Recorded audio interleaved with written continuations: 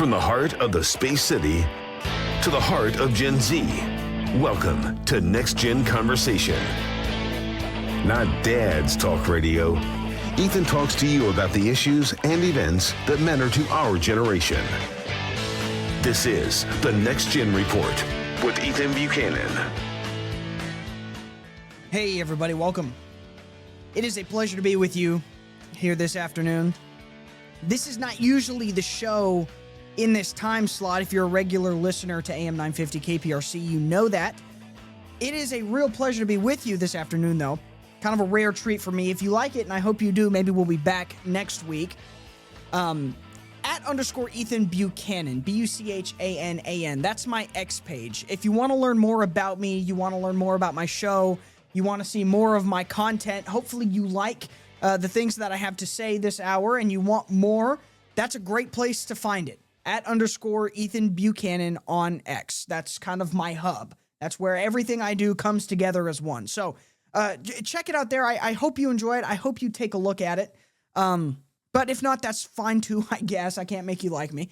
But yeah, anyway, before we really get rolling, because we do have a lot to talk about today, I want to first remind you that the Western Christian world is under attack. We've seen that this weekend, all right? We have. Unfortunately, the sort of spiritual battles that you kind of hear religious folks talk about all the time, and maybe that's not you, that's fine. I'm not here to give you a religious lecture. I think you should probably go to church. It'll be good for your soul. Those are my personal beliefs. But if you are a religious person, I'm sure you understand that we as Christians are fighting a spiritual battle against spiritual enemies, and that battle has started to become more physical. It's started to enter into the real world a little bit more.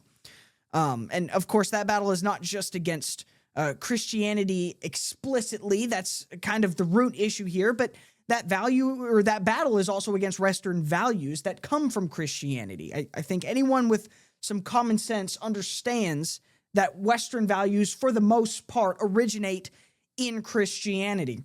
So I want to encourage you to not just hold whatever Western Christian values I hope you hold, but also proudly represent that. Don't cower. Don't be afraid of the fact that, oh, you're a Christian and, oh, maybe you're a politically active Christian. Don't hide from that, all right?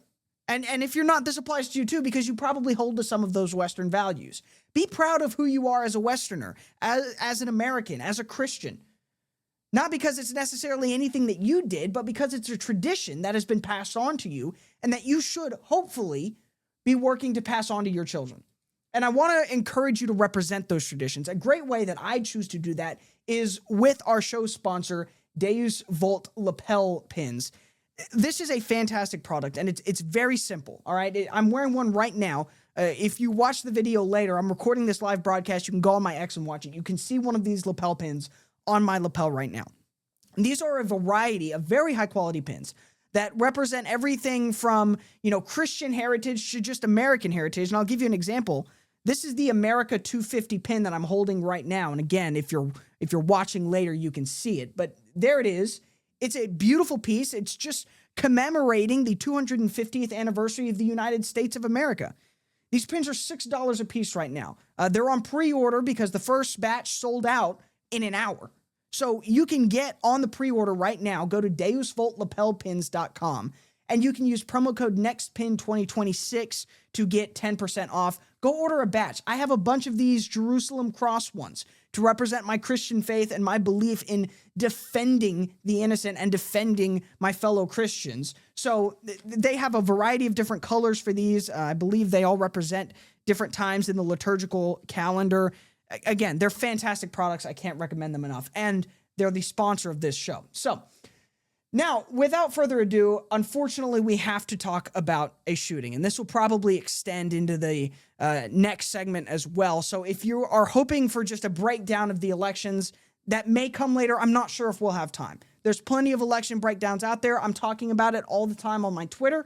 Go check it out there if you want to hear what I have to say. And of course, I'll be talking about this on the Sunday evening show. But I think it's more important right now to talk about this shooting in Austin. So this was almost assuredly a radical Muslim who did this because of our attack of Iran.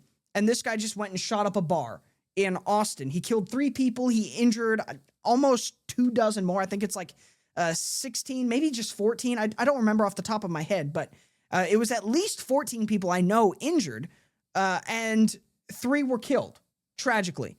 And this guy, I believe, and I think the evidence clearly supports this, shot up this bar because he was a radicalized Muslim. And I'm not just saying that. Let me show you a picture of this guy's shirt. And again, this is for the visual viewers. If you're listening right now on the radio, go back and watch on my Twitter page, or you can find this picture online. It's not hard. But here's this shooter. You can see him in some camera footage that was captured by, I guess, some CCTV. There he is holding his rifle wearing a Property of Allah t-shirt. And I believe, or it's a Property of Allah sweater. He was wearing an Iranian flag t-shirt under that. So I think that right there makes it pretty clear that he was doing this because he had been radicalized by radical Islam. I think that's very obviously why he shot up this bar. Of course, the timing is not a coincidence. This happened right after we launched our attacks on Iran. And listen, you can think whatever you want about our decision to bomb Iran. I personally think it was justified. I also think there's down the road benefits to the United States for carrying out this action, but that's fine if you disagree. If you're more of isolationist on foreign policy, you don't want us in another forever war, and you're just very cautious about that, I respect that. Regardless, here's what you need to understand. Even if we don't ever go to war with anyone else in any other part of the world, these attacks will continue to happen because these radical Muslims are in the United States right now. And listen, some of them may wait until they get the order from the crazies in Iran before they go on a shooting spree, but others will not. If you live anywhere in the United States, especially after 4 years of Joe Biden's open border, you are in danger. There is a risk of you being a victim of these attacks. Now, it didn't have to be that way. It wasn't always that way. There was a time in this country where the headline so-and-so killed by a radical Muslim would have been completely unfathomable. I mean, like, as unthinkable as you would imagine a headline, aliens descend from Mars and start killing people. That's how unfathomable that headline would have been not even that long ago. In the 1940s, that would have been unfathomable. We're going to get into why it's fathomable now, what we can do to fix it, and some more details about this shooting coming up. I'm Ethan Buchanan. This is the Next Gen Report.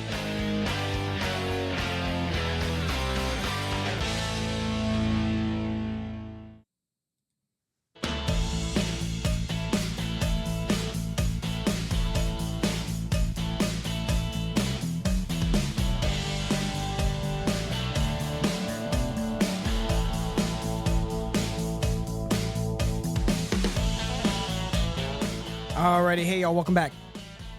I'm Ethan Buchanan. This is the Next Gen Report. Again, I want to encourage you, if you like what you've heard so far, check me out on X @_Ethan Buchanan, Buchanan. And listen, I know social media might not be your thing. That's fine. Social media really isn't my thing. If I could get away with not being on it, I would, but I do this for a living, so I have to. But if you do want to stay connected, if you are on social media, if you do want to connect with other like-minded patriots who listen to this show, I want to encourage you to connect with me there, and then let's branch out, become part of the community around this show. Or if not, again, you don't have to. So we're talking about this Austin shooting, and I think it's very important that we really nail down who this guy is, because it speaks to a lot of bigger issues in our country, right? I mean, we have a ton of issues in this country. I could spend days and days talking about the issues in this country, but I think the biggest issue in this country is who is in this country, right? And I'm sure that's not lost on you listening to the sound of my voice right now. I'm sure you've heard the conversations about the SAVE Act, about the fact that we do, even if it's just a few, which is what the Democrats always like to say, even if there is just a small handful of people that are illegal aliens voting in our elections, it is happening. At least 1 or 2, and that's 1 or 2 too many. There are people here in this country who aren't supposed to be here. They're illegal aliens. They have no right to be here. And as many as there are, that's as many too many. even if it's just one. All right. But a bigger problem, I think, than just the illegal aliens is the legal immigrants. And that's controversial to say, and I understand that, but I want you to stick with me. I'm going to make this case by really delving into who this guy that carried out this terror attack is. So take a listen to the Fox reporting on this guy. This is, I believe this came out yesterday. This is the Fox reporting on who this guy is and what he was wearing. Take a listen to this. We have a picture. And this is what we're finding out per multiple federal law enforcement sources to our own Bill Maloogian. The Austin mass shooter is a 53-year-old naturalized U.S. citizen who was born in Senegal and was living in Pflugerville, Texas. Material recovered from his person and inside the vehicle give possible indications of a nexus to terrorism, as the FBI announced earlier today. And remember what we said he had in his possession and was also wearing. The shooter was wearing clothing that said Allah on it. His sweater said property of Allah. And there's also known to be an undershirt with an Iranian flag and other materials inside. And remember what... And you can actually see that picture if you're watching. We're recording this right now live as we broadcast it, so you can go back on my X page and you can actually watch that, and you can actually see that shirt. And I believe they didn't mention it, but I believe a Quran was also found in this guy's car. And again, take note of what she said. This guy was a naturalized U.S. citizen. All right? You would be forgiven for having thought this was some illegal alien that came in under the Biden administration when we had wide open borders. We were vetting no one. We know we had tons of military-age men, and we knew at the time some of these people were terrorists. And it's been said ever since it happened that some of these people were probably terrorists, but we let them into the country anyway. And now we know it wasn't just those people. I mean, this guy came in, he was naturalized in 2013, and he was a terrorist. I want to read to you some more reporting on this guy from KSAT. I believe this is an NBC station based out of Austin. This guy's name is Diagni. I think I'm pronouncing that right. I'm probably not. He first entered the U.S. in 2000 on a B-2 tourist visa. So I remind you, this is before even 9/11. That's how long this guy's been in this country. Before even 9/11. He entered on a B-2 tourist visa and became a lawful permanent resident 6 years later after marrying a U.S. citizen, according to DHS. He was naturalized in 2013. Okay, this is just my 2 cents, and so you can tell me if you think I'm crazy. If you enter the U.S. on a tourist visa, I don't care what your excuse is, you should not be able to come or to become a citizen after entering on that visa. You should have to go back, get another visa for another reason, and then come back and become a citizen. At the bare minimum. Like, I don't care. You enter as a tourist, you went from being a tourist to 13 years later, you're a U.S. citizen. I've been a tourist in a lot of places. I like to travel. I've never been a tourist for somewhere for 13 years. And I'm fairly confident that this guy knew when he applied for that tourist visa that he was going to try to stay. I'm fairly confident of that. He was from Senegal. Multiple people briefed on the investigation told the AP, who spoke on the condition of anonymity because they were not authorized to publicly discuss the investigation. A woman who identified herself as Diagni's ex-wife told ABC that they moved to San Antonio from New York in 2017. His ex-wife said they moved to Texas because they wanted more space for their family, including two children. She said they divorced in 2022. And she hasn't spoken to him in 4 or 5 years. All right. If you get your citizenship through marriage and then you get divorced, you should lose your citizenship. I mean, this isn't complicated stuff. Any one of the steps that I've prescribed would save the lives of 2 people, 2 Texans who were murdered. And presumably this own guy's life because he was killed while carrying out this shooting. So that's 3 lives that could have been saved, including this terrorist's own life, and a number of people who could have avoided being tragically, horrifically injured. By just saying, hey, if you enter this country on a tourist visa, you can stay here for maybe a month and then you have to go home. There's no exceptions to that. And then if you get your citizenship through marriage, you should not be allowed to then just go get divorced.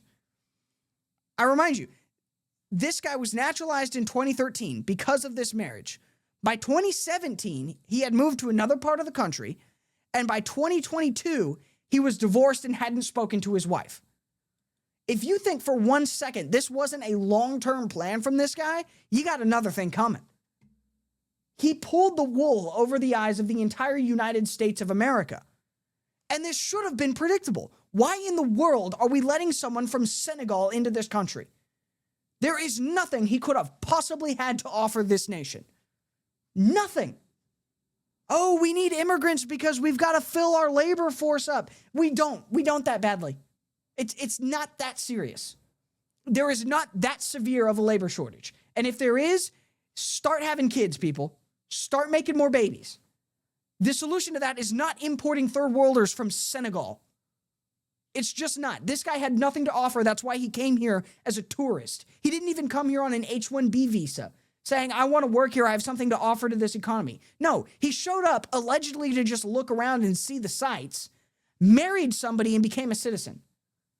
How much vetting was done on this guy? I have a hard time believing he wasn't a terrorist or terrorist connected, at least in 2013 when he was naturalized, or at least in 2020 or 2000. That's how long ago it was. That was before I was born. Do you understand that? This guy has been here since before I was born, contributing nothing to the United States of America. And then the first time somebody attacks Iran in any significant way, in any real way that actually damages them, he goes and commits a terror attack. We've got to do better. We have got to adjust who we're letting into the country, if for nothing else than a matter of pure survival. I understand the argument of, oh, we need to take care of people. Oh, we want to be charitable. We want to help people. We want to bring people into the nation. It's not worth the security risk. We can be charitable over there. We can send out missionaries, and we can even send out foreign aid. I don't like foreign aid. If the trade-off is close the border forever and repeal the Hart-Keller Act of 1965 so we stop letting these people into the country, and then we supplant that with maybe $1 billion of foreign aid every year, sold. Sold. If your entire reasoning for wanting to bring these people into our nation is we need to be charitable, there are better ways to be charitable that do not put American citizens' lives at risk. We're going to be talking about this more coming up. Stay tuned. We'll be right back.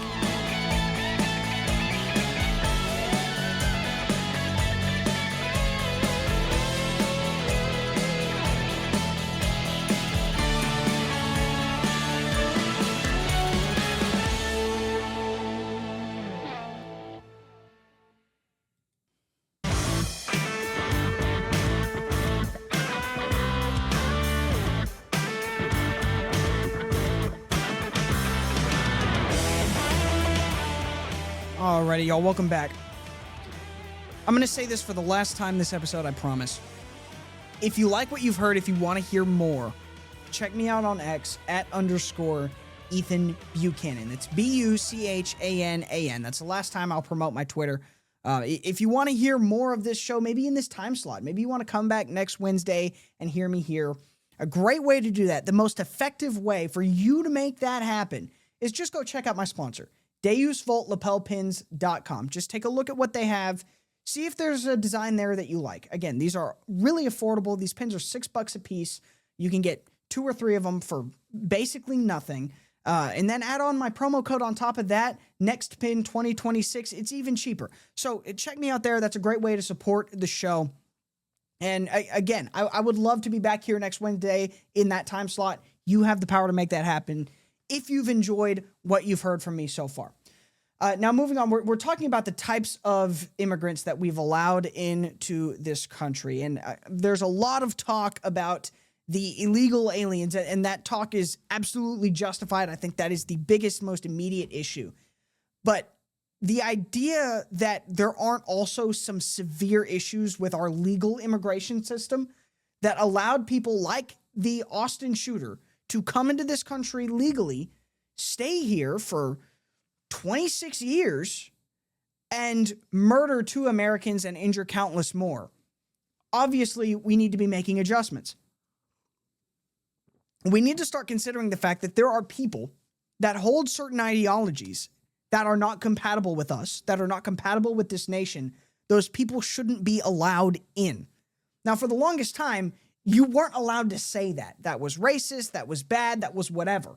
You were super mean and evil if you said that. Thankfully, I think the tide is actually turning on that. We now have sitting congressmen that are willing to kind of take the gamble and actually call this out. So here's Texas Congressman Brandon Gill. He actually won his primary race last night for another term in office. Here's what he had to say about this not too long ago, March 1st.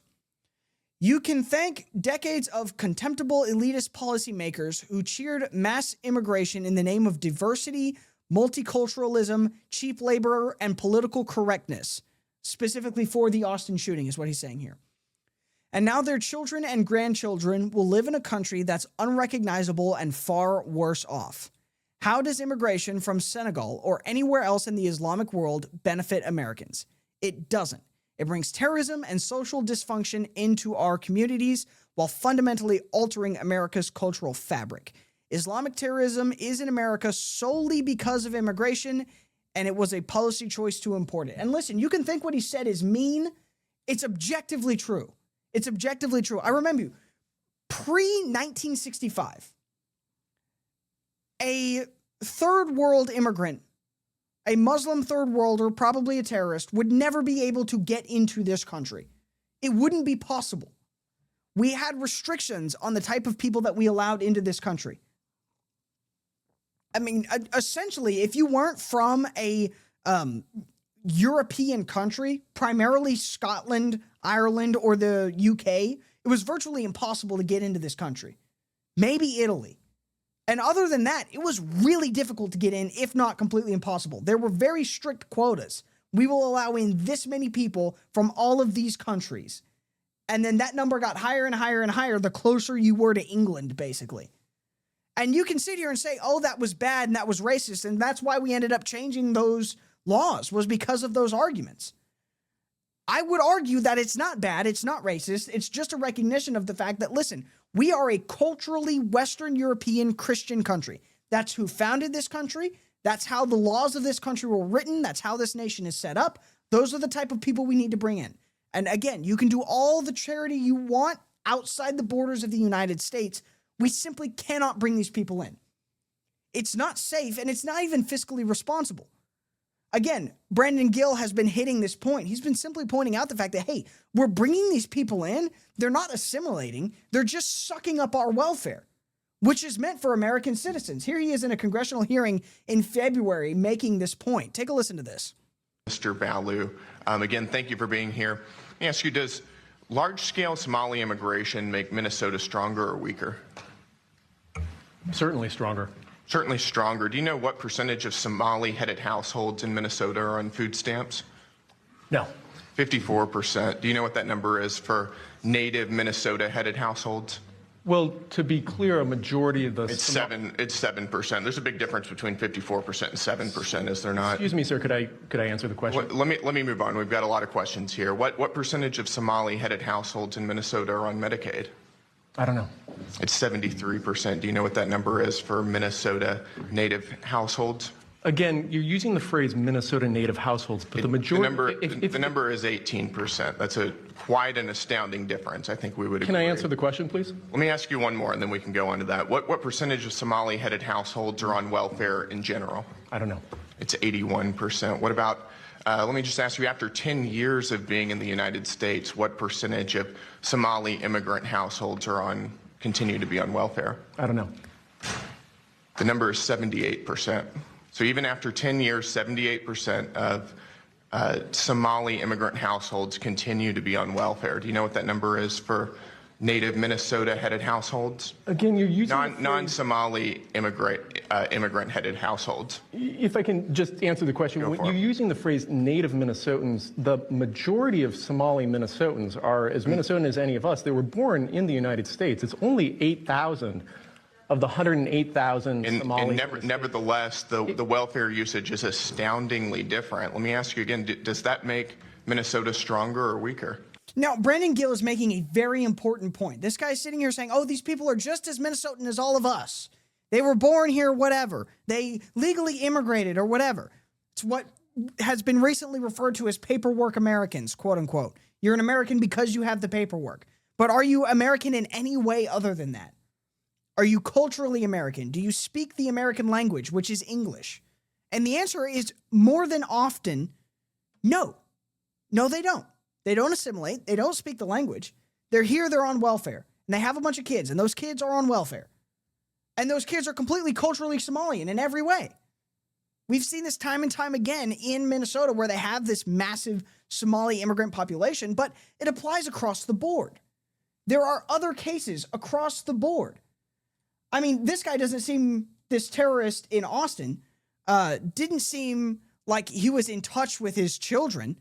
And they appear to have been fairly young when he lost touch with them. But I have to imagine if this guy had been in touch with his children, if he was actively raising his children, he probably would not have been raising them to be good Americans as we would consider it.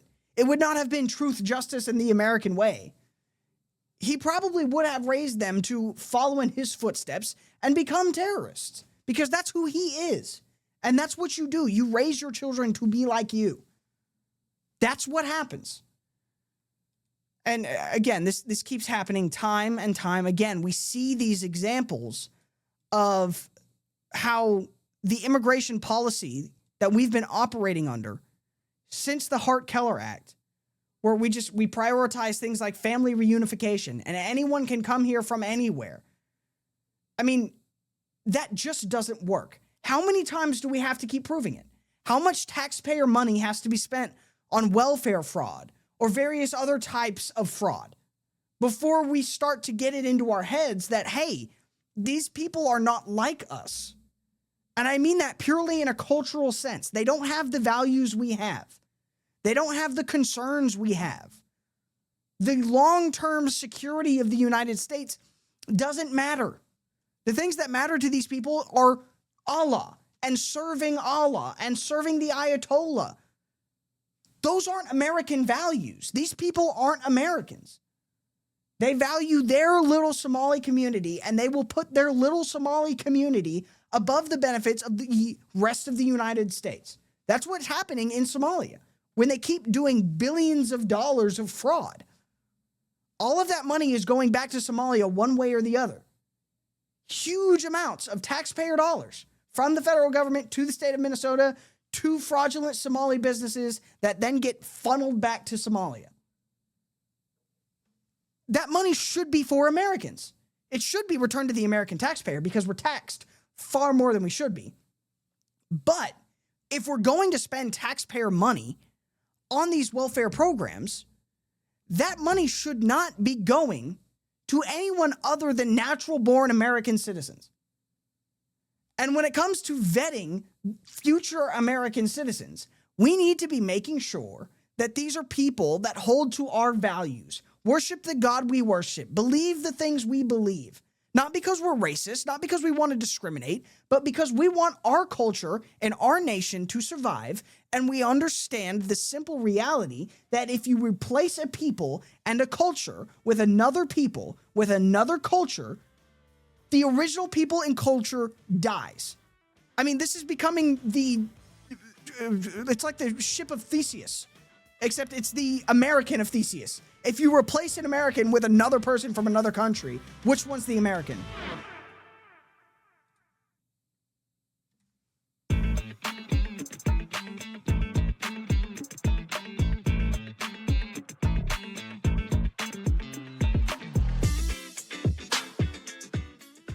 All right, so I want to kind of dial back. We've been talking a lot about immigration, and I want to talk about the root issue that kind of brought all of this up again. This terror attack in Austin.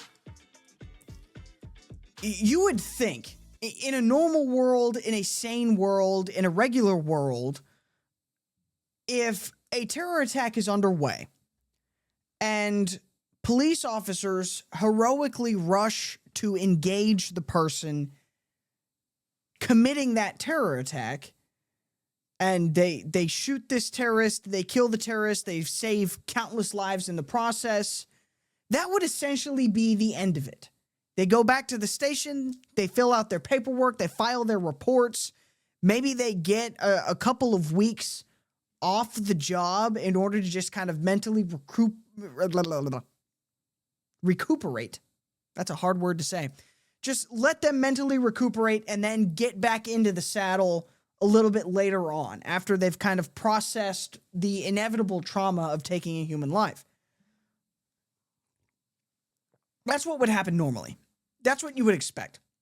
Unfortunately, this incident happened in Travis County, which is the wokest county by far, and it's not particularly close in this state. So what is actually going to happen to these officers? Well, they're going to have to go before a grand jury and explain themselves. Now, I've seen all the explanation I need to see. These people were attacked, or the people they were in charge of protecting were attacked, and they defended themselves and they defended others, as is their duty, not just their right, but their duty to do, because these are law enforcement officers. But no, they have to go before a grand jury. So this exploded over the last really day or two. I want you to take a listen to this. This was Representative Mitch Little. He serves in the Texas House. He tweeted this out, basically giving a pat on the back to these Austin Police Department officers. He said, "I'm looking forward to hearing more about the Austin police officers who heroically stopped the terrorist. We should be honoring them as a state, and they shouldn't be going out wondering if they're going to be indicted for doing their jobs. We need a cultural reset." And this has exploded because obviously he's right. These people saved lives, Texan lives. There should be parades in their honor. Doug O'Connell says, "The Austin Police Association has asked my team to represent the 3 heroes that took down the terrorist who attacked our community. Unfortunately, they will face a grand jury hearing, as is the process directed to the Travis County DA by the Wren Collective." So the Wren Collective is basically one of those post-BLM activist groups that is basically designed, as far as I can tell, to undermine law enforcement. So if you don't know how this works, essentially a DA will bring a bunch of evidence before a grand jury, and they decide whether or not to indict someone on criminal charges. And once you get indicted on criminal charges, that's when your case moves forward to trial and things like that. So the fact that these officers are subjected to this is absolutely ridiculous. Now, will they be indicted for, let's say, murder or manslaughter or any other form of charge that you could get for killing a person? Almost definitely not. I mean, the chances of that are almost zero. Almost zero. But they're not zero completely. I mean, there's that famous saying among lawyers, a grand jury would indict a ham sandwich. So there is at least a small chance, especially in Travis County where they're super woke and don't like the cops, that these cops could get indicted. That's insane. That shouldn't be the case. And there's no requirement that the Travis County DA take this case to a grand jury. No law mandates that. It just doesn't exist. But he's going to do it anyway. That's his stated policy. He's campaigned on this. I want to play you this clip. This is via Fox 7 in Austin. Here is the Travis County DA. His name is Jose Garza. Here is him kind of explaining what his approach is to law enforcement. Take a listen. The change that I promised to make when I ran for office was that when it comes to allegations of police violence, that we would let our community decide when that conduct was unlawful and when a law enforcement officer should be held accountable for that conduct. And that's what we've done. The change we have made that the prior administration didn't do is to present those cases to a grand jury and let the grand jury decide. That's the change they made. Every single instance where a law enforcement officer uses force in Travis County goes before a DA. And something like 27 different cases since he was elected in, I believe it was 2020 when he first won. Since then, I believe I'm pulling this number right, but the dates may be a little bit off here. But I believe in the last 6 years, 27 different Austin Police Department officers have been indicted by a grand jury for things like defending themselves when someone was charging at them with a knife. That's one of the cases I saw. That's insane. Now, most of those charges were later dropped, as they should be, because they're ridiculous. But some of those officers did end up saying, this is too much of a fight for me. I'm just going to take a plea deal. I'm just going to plea out of this, which is crazy. This is the type of thing that we're putting our law enforcement officers through, even in the state of Texas, which you would say, this is a red state. We love law enforcement here. We've got the Texas Rangers, and law enforcement is a big part of who we are as Texans.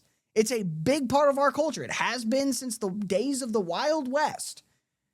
And in most of the state, you'd be right. But in Travis County, you'd be wrong. Because now, 3 Austin Police Department officers who saved countless lives in the middle of a terror attack last weekend are now in danger of being indicted. Will they be indicted? Probably not. I cross my fingers and pray to God that they aren't. But there's that old saying, you know, the process is part of the punishment. This is a pain in the butt. Thank God they're going to have an attorney provided to them by their union, because if not, this would be even harder. And again, like I said, 27 different cases. I guarantee you every single one of those cases where a law enforcement officer was indicted, I would bet $1,000 that every single one of those cases was a completely justified use of force. But those officers were indicted anyway. It's ridiculous, and it's tragic that we've allowed this to happen. And the predictable result is crime rises. Because if your option is sit on my hands and watch as something tragic unfolds, or go solve the problem and risk spending the rest of my life behind bars, even though what I'm paid to do for the state of Texas is enforce the laws that protect people, there comes a certain point where it would be foolish of us to expect law enforcement to do their jobs. When you cut their pay constantly hold the threat of indictment over their head, why would they? Why would they go out and protect you? It's not in their interest. Is it their duty? Yeah, sure, but it's also our duty to back them up. That's part of making sure we have a safe society, is making sure our law enforcement officers have the resources they need, which means we're not arbitrarily cutting their budget because we're woke. And it also means making sure, hey, when they do their job, we don't punish them for it. And that's where we've gotten with our law enforcement. And I haven't been to Austin in several years, but I imagine the effects of this are pretty real and on the ground. And I hope the people there realize what they're doing to themselves and course correct. But I'm afraid they won't. Because they usually don't, let's be honest. Leftists, once they go off the rails with their leftism, they very rarely course correct. It usually takes something catastrophic. I mean, if I was a member of the Austin Police Department, I would resign right now and come down here and work for Houston, because this is just a better city to be law enforcement is. And that's just a hard fact. But anyway, that is all I have got for you today. Again, check out my X page at _Ethan Buchanan, Buchanan. We'll be back Sunday, 7 p.m. right here on AM 950 KPRC. And of course, you can watch the show online. It should be up shortly once we process the recordings and everything. And yeah, thank you very much for listening to the Next Gen Report.